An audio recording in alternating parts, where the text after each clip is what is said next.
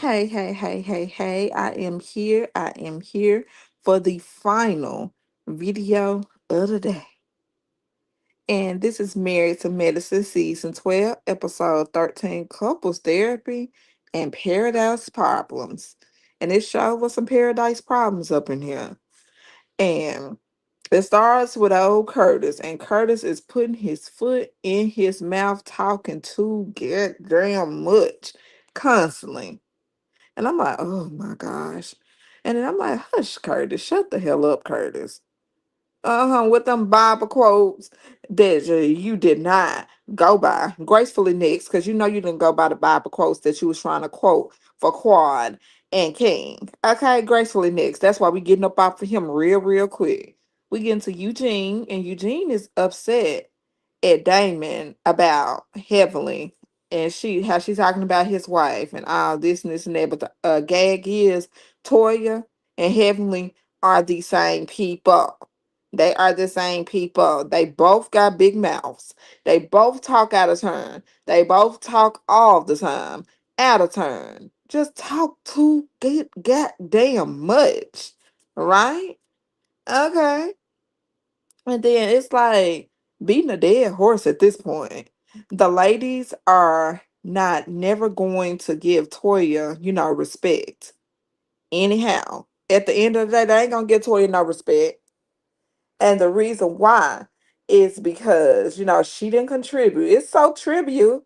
This is going to sound so trivial, but she did not do enough contributions, give enough contributions to them. So, with that being said, of course, they're not going to contribute and they're not going to be respect to her. They're not going to respect her. Okay? They ain't going to respect her. Hmm. Exactly. And then Eugene says that he is looking at Damon different now because Damon won't put Heavenly in her place. And my whole thing is, well, what do Eugene want Damon to do? Put Heavenly in her place, because I'm pretty sure the same way that you be putting Toya in her place in private, that's the exact same way that he puts Heavenly in her place in private. So I'm like, come on now. You can't do all that. I mean, he tells her what needs to be said, okay? And maybe because it's not to your liking or anything like that, then of course it's not gonna be to your liking. But he handled his household the way that he handled his household and his wife, and you handle your household and your wife the way that you handle your household and wife. Okay, come on now. All right, so we finna go ahead and just go to next with this. And it's a thing, both of the women, they are, like I said, they the same now. And Curtis says that he thinks that the men should put in, money for the event. And all the men are down with it and agree to contribute except for Steve. And Steve says that it's a no for him because he already provides scholarships for Morehouse, who he is working with. And I understand. I understand. I wouldn't want to work with theirs neither. I wouldn't want to work with them neither. Just being honest.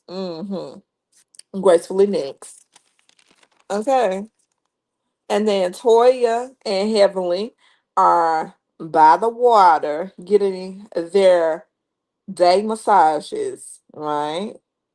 And then Toya says both her and Heavenly are good. We good. We really good. And Quiet said that King wants to be catered to more every night. And I'm like, what? Every night? And it's like, moreover, he want to be catered to every single night, right? All right, I got you, King. But moreover, she said that she stopped cooking every single night because of a burnout. And she said she can't do it every single night and she getting burned out, in which I completely understand. I completely get it. Okay. And Heavenly says to Quad, why would you extend out so many wifely duties if you are not, a wife? And then Quad said that she is not tripping about getting married no time soon. Okay. And then as he suggested getting married at the courthouse, and she said that King said that they should get married, and when they get married, they need to get married at the courthouse, is what he said. I'm like, what the hell? Ain't nobody finna get married in no courthouse. I've been told that before too, a couple of times before. And I'm like, get real. Ain't nobody finna be getting married in no justice of the peace courthouse or nothing like that, please. And it was a no for Quad, and I agree. And I got asked, like I said, a while laying in bed, and it was a no for me as well. So it's like, get real and pump your brakes. And I want the traditional marriage and wedding in the church. Moreover, and the men are getting their massages except for Steve. Gracefully next, because Steve is not with that shit at all. And I ain't mad at him. He kind of got rubbed the wrong way when I was trying to ask him about contributing and how they be treating Mimi and all that stuff. But I'm like, you gotta pump your brakes too, Steve, because Mimi is a whole a whole case herself. Cause she's very, very strong minded. But I think we understand why. Gracefully next. Toya and Eugene planned a couples therapy session last night, and the men and the women are sitting directly beside each other now, sitting beside each other. So on the so for the questions, a question is asked: Who is the first to give, unsolicited advice on the guy's side? And the ladies are to answer the question, right? And so the ladies say, Eugene, I kind of agree and disagree. hmm And Curtis gave his nothing opinion because did nobody ask him for his opinion. Moving on. All right. And Toya agrees that it is Eugene when she is on the phone. And I'm on the phone. When I'm on the phone, that he be trying to bite into my conversation and put his 2 cents in and all this stuff. And I'm like, And then he is adding, she said he adding stuff in the background. Next question. Who is the most likely to turn a disagreement into a full blown tussle or a fight? And the guys were asked the question. And mm, she was there, but Scott was referring to Simone. And I'm like, Heaven was there. Heaven should have been there. And Toya should have been there too. But Scott was referring to Simone and Simone only. I'm like, all right then. hmm All right. And next is who was most likely to call out the wrong name during sex? And everyone says Toya. And I'm like, oh, jolly, oh, my. And then Toya says that I call him Eugene, then Gene, and if I forget, I call him Bay or Boo. They all laugh. And the next question, y'all.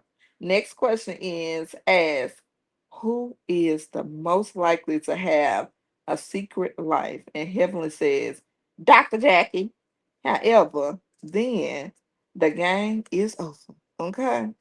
And then uh, Dr. David, he is, going to be hosting and talking with hosting a therapy session, okay, counseling session, okay, and he taking, mothering as far as counter. What's they saying? Hold on. Mothering as far as counseling going on. Dr. David takes the men and okay, so Dr. David took the men and then Dr. Mimi takes the ladies to the session. Then Simone was very giddy, and we get to David with the men. But before Dr. Simone leans in to King, saying, let the cockiness and all that side go. And how you be, let it go and be more impressive. Okay. All right. And I'm like, baby, stay in your lane, Simone, please. And we get to Dr. David. Dr. David is giving details on the years of the marriage. And then Steve and Dr. Mimi, they have been there together and married 11 years, right? And Eugene and Toya, they have been married 17 years. And Cecil and Simone have been married 29 years. And then Contessa and Scott, they have been married 20 years. And then Damon and Heavenly have been married 29 years as well. So I think I wrote it wrong. So Eugene and Toya, yeah. Cece and Simone, 28. And Contessa and Scott, 20 years. And Damon and Heavenly are 29 years. And the ladies are laughing amongst each other. Okay. They good right there for right now. And I always have a heart for Dr. Mimi and her son. So mm, Dr. Mimi, she starts to cry. And no one is, there to comfort her because, and I always say, when you have a child that has autism and things like her son does, I mean, it's hard. I know for a fact it's hard. I've been around somebody that has a child that has autism. So I said it's a certain way that you have to mother and parent them. It's a certain way that you have to be around them and you have to be up the utmost and patient, patient, patient. And you can't get, irritated or nothing like that. And then it's like my thoughts were they wouldn't, comforting her because they don't understand. Hmm. And then Miss Angel said that the Bible says to let them go, let the kids go. I, as a parent myself, will always worry no matter what. And Quiet thinks that asking King moving, having a child already, she said that, he not ready and he's not able. And she said she cannot give someone, and she said, I can't give someone I love something and it just hurts her. And then Heavenly says that King needs her and she does not need him. And I am definitely glad that, she let him go because he just wasn't going to do nothing for her. He was very, very cocky and all this stuff. I understood his points of views, but it's like you're a woman, you have to be very, very sensitive and you have to be real, real soft with your woman. And he was just rah all times, okay? And it's like it's not gonna get no better, um, girl. It ain't gonna get no better, quad. Okay. So anyhow, Cecil said year 28. Yeah, year 28 was the hardest for me. I'm like, how was it? Said the man that don't work. Year 28 was the hardest for him. That's what he said. I'm like, okay, Cecil, I respect you. And then Eugene said that he owns, he was, built to deal with Toya because no one else would. No one else would. And then the men talk about how they are grateful for their wives. And C said that he was told to not cry in the house growing up, when he was growing up. And Dr. Damon says that he misses his son. And at this point, it isn't time to try him. I'm like, don't try Dr. Damon now. Dr. Damon dad gonna come out of his bag. You messing with his kids, talking about his kids. Don't mess with his kids, okay? All right. And Heavenly said that what's like what Heavenly said to their son, it pissed him off and then it made him just go far, far away. And I can just imagine what she said to the son. I mean, because her mouth is too reckless and she just don't care what she say to anybody. So I'm never surprised on what Heavenly says. I'm never surprised on what Heavenly says now. All right. Ooh, I'm really not. And then I'm just looking at to the left, before, and she said before he left. And then King is just listening, and Curtis addresses King. Now here he go. Curtis gonna say, steps out of his place as normal. And then King said that they are, pushing him and Quiet to get married. And he like, for what? He's like, for what? And then Curtis then mentions that sex before marriage is out of order. And I'm like, Curtis, of all the people, the man that was at the airport cheating on his wife, come on, get real, Curtis. Shut the fuck up. But Curtis, it's like, who is you? Like, for real, who is you to come out your pocket and say anything about somebody getting out of pocket and cheating and any type of cheating when you was cheating all the while down to the airport on Dr. Jackie? Okay, that one right there. And then he gonna sit up there and say that the IVF didn't work because it didn't work because it was not done and put in correctly. I'm like, but didn't your wife and Dr. Jackie responsible for the IVF treatment? Which she was. So if you saying that it didn't work, you saying that your wife didn't know what the hell she was doing. I picked that up. I'm like, Curtis, shut the hell up, please. Cause you just talking too damn much. And then everybody was looking and I was like, ooh. And then everybody was in the comments saying, ooh, he shouldn't have said that, Cecil. And then Dr. Eugene. And then just everybody was saying it except for Dr. Damon. And Dr. Damon said that he doesn't have nothing to say. He don't have nothing to say about it. He not gonna put his 2 cents in like Curtis did. He needs to calm down and pipe the hell down. Okay. But who is going to be the first to throw the stone? That's what Dr. Damon said. And then King says that he has not lived apart, you know, uh, a perfect life, excuse me, a perfect life.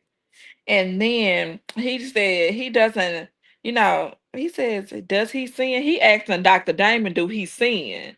No, he not asking Dr. Damon. Asking Curtis, do he sin? And then Curtis said, well, everyone sins. Well, everyone sins. I'm like, shut the hell up, Curtis. I'm like, shut up.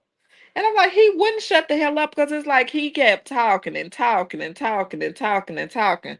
And I'm like, you stay embarrassing Dr. Jackie now. You stay embarrassing Dr. Jackie. And you was down to this podcast. And on this show, you just be embarrassing her, embarrassing her, embarrassing her. You didn't cheated on her. And then she can't have children. So you want to speak on somebody that can have children, and you want to tell King what he needs to do and what he don't need to do, and then you getting everything wrong talking about some him and Quiet live in the house together. No, they do not. They live separate. And then everything that he kept saying, I'm like, boy, shut the hell up. Okay. And that was, I mean, it's like I heard Dr. Damon just say him and Eugene was talking because get over Curtis. Then it goes to Eugene and Dr. Damon saying, don't say nothing about my son. It was definitely edited out, y'all. I mean, I heard what he said, and it's like, what the hell did he say? And it was edited out and all this stuff. And then they dapped it up at the end of the day. Because the men, they can just dap it up and then they can just get over and just move on. Okay, gracefully next. And back in the A, we back from the road trip. We back from the trip, okay? And then back in Atlanta, Mimi and Steve are at home, you know, and then, talking about, at their house. And then they, being gracious and graceful with their son and stuff. And Toya is handing out money for her son's GPAs, right? And her younger son has a 3.5 GPA and he gets $50, $500, excuse me, y'all, $500. And then her older son, he has a 4.0 GPA, so he get $1,000. And he said he wants to buy Legos. Gracefully next. That's the best thing. That's the best thing. It's so sweet. Legos are expensive, y'all. I don't know if y'all ever buy Legos, anything like that. I've seen them in the store.